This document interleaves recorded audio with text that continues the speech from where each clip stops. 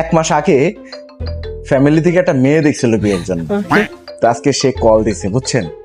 এখন মেয়েটার সাথে আমি কথা বললে মানে টেকনিকটা খাটাবো যে মেয়েটা আমার জন্য পারফেক্ট কি পারফেক্ট না। তো ভিডিওটা শেষ পর্যন্ত দেখুন। কলটা রিসিভ করি। হ্যালো, জি, ওয়ালাইকুম। ওয়ালাইকুম আসসালাম। কে বলছেন? আমি আপনি যে আপনার মাকে নিয়ে আমি দেখতে আসছিলেন না, আমি ওই মেয়েটাই। ও আচ্ছা আচ্ছা, নাম্বার কিভাবে পেয়েছেন?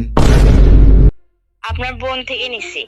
अच्छा আপনার বুদ্ধি আছে, আপনি বুদ্ধিমতী। যাই, ভালো লাগলো ফোন দিছেন। তো কেমন আছেন আপনি? এই তো ভালো, আপনি কেমন আছেন? আছি আছি, আলহামদুলিল্লাহ ভালো আছি।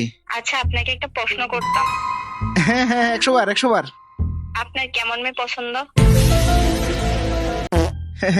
আমার কেমন মেয়ে পছন্দ বলতে এই একটু জিগজ্যাগ টাইপের, अच्छा একটু আধুনিক, একটু মডার্ন। ठीक है এই ধরেন যে একটু জিন্স প্যান্ট পরে, समझ गया এই তারপর মনে করেন যে একটু গেঞ্জি গায়ে দেয়, ঠিক আছে। তারপর মনে করেন চুলের বব কাটিং দেয়, समझ गया তারপর এই মানে এরকম একটু আধুনিক টাইপের আর কি।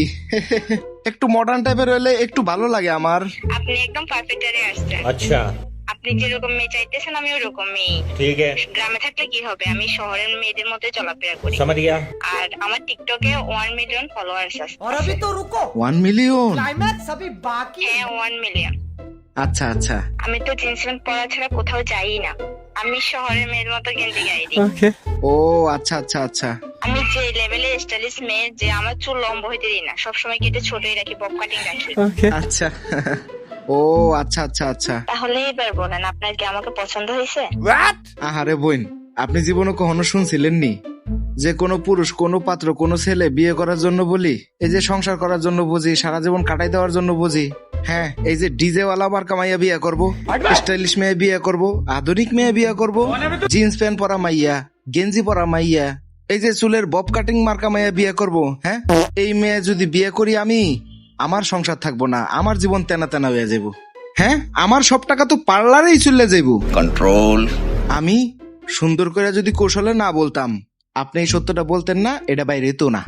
হ্যাঁ ঠিক আছে, আল্লাহ হাফেজ। আর আপনার মতো মেয়ের সাথে আমার যায় না, বুঝছেন?